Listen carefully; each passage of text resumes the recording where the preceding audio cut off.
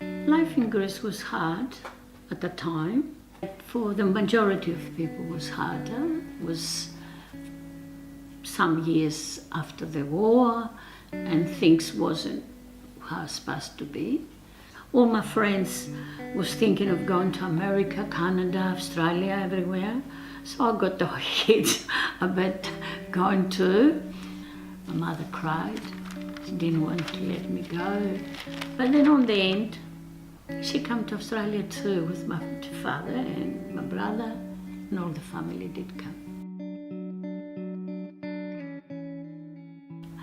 The culture was different. The language, I didn't speak the language at all, which was harder. I couldn't have an Australian friends because I couldn't communicate the language and all that.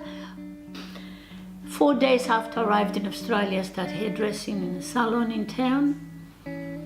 Was short of hairdressers, I think, at the time. And I was lucky I got the job straight away. I don't know how did I done it or how these people trust me to do the hair, but they did. I always keep saying to my friends, 2 years, it's nothing. I'll go for holiday for 2 years. I work there and I come back.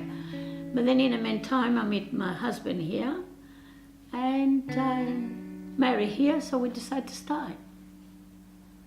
I come to Australia by boat. It was 24, 25 days on a boat.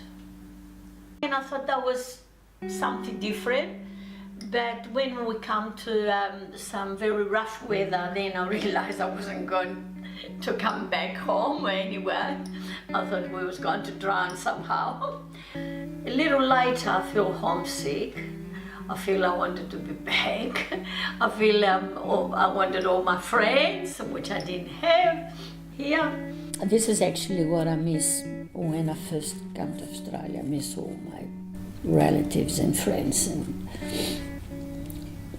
And all the time when they were away, I cried and write letters to my mother, to my friends, and everybody.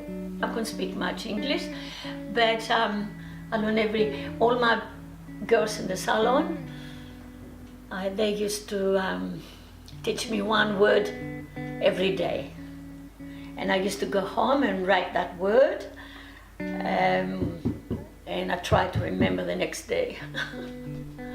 It wasn't hard to get involved with the Greek community because I was speaking the language, and I was Greek, and I knew whatever they need.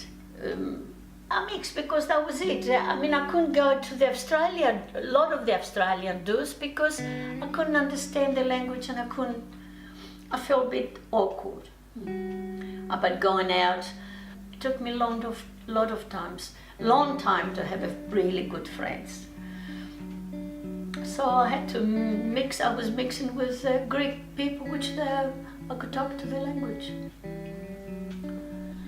The church was something which we all meet every Sunday and all the days which we're supposed to go to the church for different things.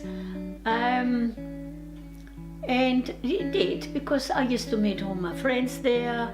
I felt I needed to go to the church. And that's how come and I married a Greek man, because I wouldn't meet an Australian man because I couldn't speak to anyone. With no way, which I could. After I had my children and I went back home for first time, I realized the children was born here.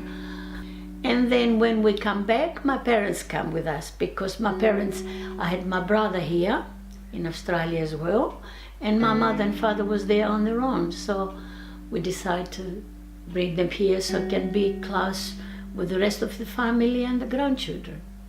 I've got 3 lovely children. They're all married. I've got 9 grandchildren. I've got aunties here. I've got sister-in-law. I've got nieces and nephews. Yeah, I've got a lot of family. At Christmas, we all have Christmas together. We all have Easter together, and you become 30, 40 people. They're not foreigners anymore. They're Australians like everybody else.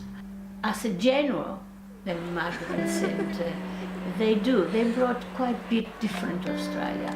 Now, you just have to look around and see how many restaurants you go and you can eat Italian food, Chinese food, different things altogether. Well, this is what the migrants brought, the culture and the language and a lot of other things, good things.